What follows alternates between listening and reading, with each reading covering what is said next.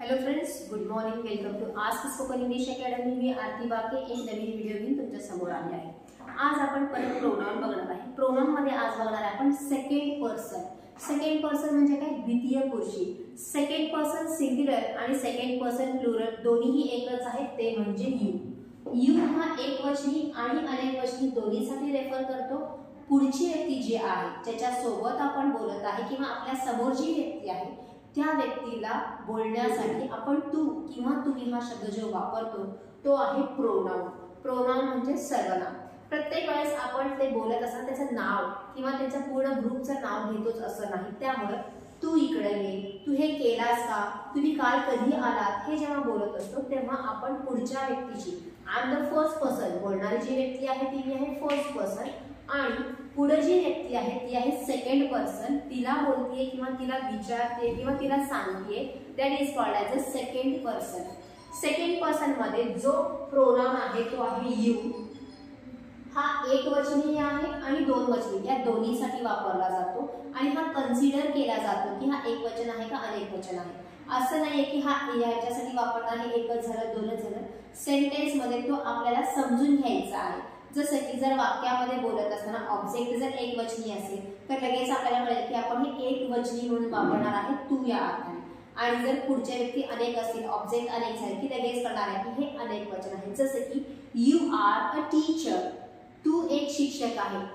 काय करत आहे, तुम्हाला सांगतोय की हा एकवचनी आहे. आणि तेच यू आर टीचर्स. टीचर्स मध्ये टीचरला आपण एस लावलेला आहे अनेकवचनीसाठी आणि तिथं कळून आलेला आहे की इथं यू हा अनेकवचनीसाठी वापरलेला आहे. So you is used as a subject. कर्ता म्हणून याचा आपण वापर करणार आहे, वाक्याच्या सुरुवातीला येणार आहे. हा सेकंड पर्सन आहे, द्वितीय पुरुषी आहे, सर्वनाम. हा सिंग्युलर आणि प्लुरल दोन्हीसाठीही वापरला जातो. सिंग्युलर जेव्हा असतो त्याचा अर्थ तू होतं आणि प्लुरल साठी तुम्ही या अर्थाने याचा वापर केला जातो. वाक्याच्या सुरुवातीला हा कंपल्सरी येणार आहे. So this is the pronoun. आता या व्यक्तीबद्दलच जेव्हा तुम्ही पोझिशन सांगणार आहे, जसं की तुझं किंवा तुमचं या अर्थाने. एकवचनी असेल तर तुझं, जसं तू मुलगा आहे आणि तुझं नाव राहुल आहे. तू काय आहे, एकवचन आहे आणि त्याच्याबद्दलच बोलते म्हणून तुझं नाव राहुल आहे. तेच तुम्ही शिक्षक आहात, you are teachers, your students are brilliant. तुमचे विद्यार्थी ब्रिलियंट आहेत. शिक्षक अनेक आहेत आणि त्यांच्या विद्यार्थ्यांबद्दल बोलताना आपण काय म्हणलेलं आहे, तुमचे विद्यार्थी. एकवचन असेल आणि त्याच्याबद्दल बोलताना होणार आहे तुझं, आणि अनेक वचन असेल तर त्यांच्याबद्दल होणार आहे तुमचं या अर्थाने. हे सुद्धा ॲज अ सब्जेक्ट म्हणून आपण यूज करणार आहे. हे कंपल्सरी कुठल्या तरी नाउन सोबत येणार आहे. नाउन्स एक वचन आहे का अनेक वचन हे अगेन तुम्हाला पुढे गेल्यानंतर ना यूज करता येणार आहे. इव्हन ह्याच्या सोबत येणारा शब्द तुम्हाला सांगणार आहे की एक वचन आहे का अनेक वचन आहे, त्याप्रमाणे आपल्याला ह्याचा वापर करावा लागणार आहे.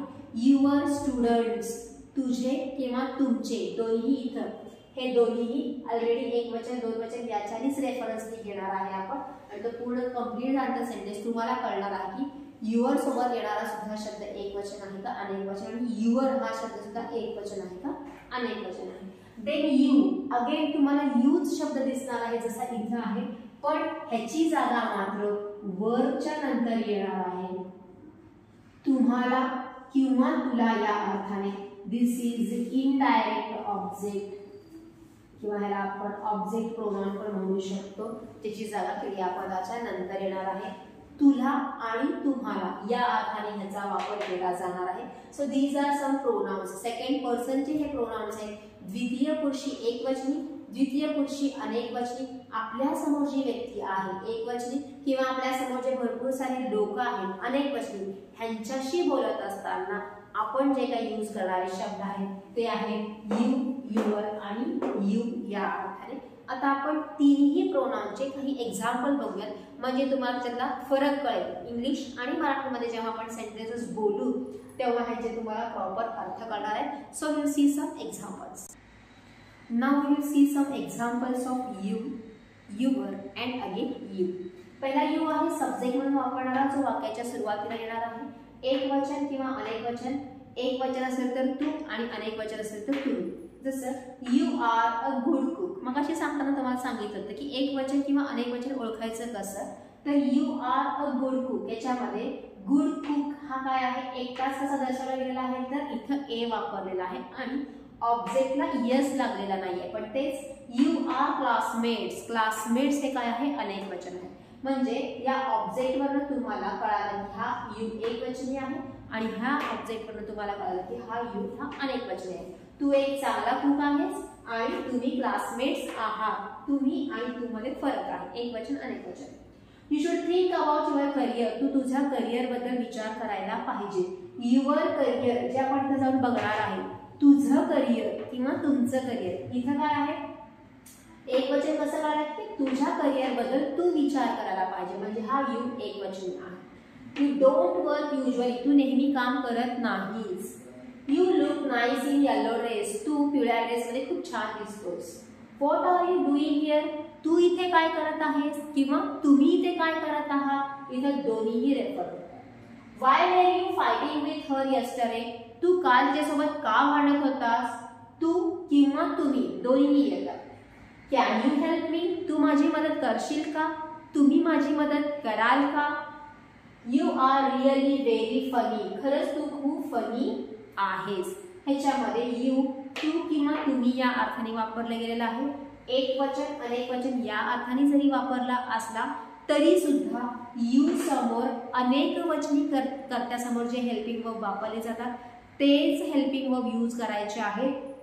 जर दोन्ही सेंटेन्स मध्ये तुम्ही बघितला तर दोन्हीकडे तुम्हाला यू आरच दिसतंय. बट ऑब्जेक्ट वरनं तुम्हाला कळालेलं आहे की हा एक वचन आहे का अनेक वचन आहे. असं नाही करायचं की हा एक वचनी आहे मी तर इज वापरलेला आहे वॉज वापरलेला आहे. Of course not. जरी एक वचन अनेक वचन कळत नसला तुम्हाला ऑन द स्पॉट बघितल्या तरी सुद्धा हेल्पिंग वर्ब हा जो आपण प्लुरल साठी वापरणार आहे अनेक वचनीसाठी वापरणार आहे तोच आपल्याला वापरायचा आहे यूच्या समोर. कन्सिडर करायचं आहे ॲज अ प्लुरल. पण काही वाक्यामध्ये तो सिंग्युलर आणि प्लुरल या दोन्हीही अर्थाने वापरला जाणार आहे. हेल्पिंग वर्ब किंवा मेन वर्ब किंवा मॉडल ऑब्जेक्ट वर्ब प्लुरल सोबत जे वापरणार आहे तेच यूज करायचं आहे. Next one is your. Your म्हणजे तुझं. ही जी व्यक्ती आहे तू किंवा तुम्ही ह्याच्याबद्दलचं एक्स्ट्रा सांगतोय त्याचं पोझिशन सांगतोय. For example your mobile is on table. तुझा मोबाईल टेबलवर आहे. एक व्यक्ती आहे माझ्या समोर आणि मी त्याला सांगते की अरे तुझा मोबाईल टेबलवर आहे. तुझं म्हणजे ते एक वचनी आहे. अनेक वचनी असं तर तुमचं. जर वयाने मोठे असले तर तुमचा मोबाईल टेबलवर आहे असं म्हणले असते. किंवा बिफोर क्लास जर किंवा बिफोर मीटिंग जर सगळ्यांचे मोबाईल कलेक्ट करून आपण टेबलवर ठेवले असतील तर त्यांना सांगितलं जाईल की तुमचे मोबाईल टेबलवर आहे म्हणून. तुमच्या सगळ्यांचे मोबाईल. एकटा असला असता तर तुझा मोबाईल. अनेक जणांचे असतील तर तुमचं मोबाईल या अर्थाने. Your brother was in library at noon. दुपारी तुझा भाऊ लायब्ररीमध्ये होता. Can I use your book. मी तुमचं पुस्तक वापरू शकते का वापरू का. Your plan work well. तुझं प्लॅन जे आहे ते खूप चांगलं काम केलं. What is your future plan. तुझं फ्युचर प्लॅन काय आहे किंवा तुमचं फ्युचर प्लॅन काय आहे. Your bag is hitting my leg. तुमची बॅग मला पायाला लागत आहे. हु इज युअर फेवरेट क्रिकेटर. तुमचा किंवा तुझा फेवरेट क्रिकेटर कोण आहे. Your friend called me without any reason. तुझा मित्र मला काहीही कारणाशिवाय कॉल केला. तुझा मित्र किंवा तुमचा मित्र या अर्थाने. ह्याच्यामध्ये यू सोबत कंपल्सरी एक नाउन आलेला आहे जसे की mobile, brother, book, plan, future plan, bag, favourite cricketer आणि फ्रेंड. विदाउट नाउन इथं आपण फक्त युअर वापरलेला नाही. तो कोणासोबत तरी येतो आणि तो कोणी जो असेल तो एकतरी एक वचन असू शकतो किंवा अनेक वचने सुद्धा असू शकतात. Next one is you. You as a object. Object म्हणून आपण जेव्हा वापरतो तेव्हा त्याचा अर्थ तू तुम्ही न होता तुला किंवा तुम्हाला असं होणार आहे. एक वचनी असेल तर तुला आणि अनेक वचन असेल तर तुम्हाला या अर्थाने होणार आहे आणि तो कंपल्सरी क्रियापदाच्या नंतर येणार आहे. How many times should I tell you the same thing. किती वेळा मी तीच गोष्ट तुम्हाला किंवा तुला सांगू. I had called you yesterday. मी तुला काल कॉल केले होते. तुला. I see you here always. मी नेहमी तुला इथं बघते. Hemant likes you very much. हेमंतला तू खूप आवडतेस. Isha will give you details tomorrow. Isha तुला उद्या डिटेल्स देईल. Rama trusted you. रामा तुझ्यावर विश्वास ठेवला. बट यू चीटेड हिम. पण तू त्याला फसवलं. The teacher may punish you today. कदाचित टीचर तुला आज काय करतील, शिक्षा करतील, तुला किंवा तुम्हाला शिक्षा देतील. हु इन्व्हायटेड यू फॉर फंक्शन. फंक्शनसाठी तुला कोणी इन्व्हाइट केलं. या प्रत्येक वाक्यामध्ये तुला किंवा तुम्हाला या अर्थाने यूचा काय केलेला आहे, वापर केलेला आहे. याची जागा प्रत्येक ठिकाणी अगेन क्रियापदाच्या नंतर आलेली तुम्हाला दिसून येईल.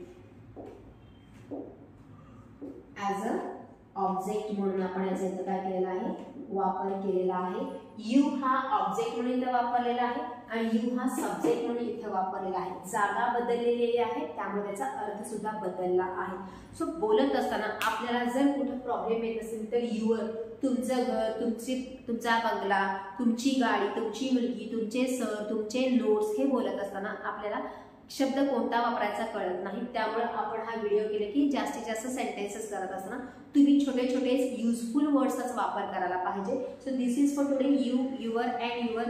अगेन रीड ट्वाइस, दोनदा तीनदा रीड करा.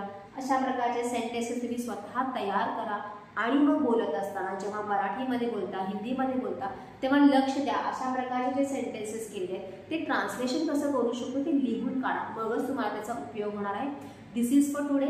Practice a lot, then only you will get the proper result.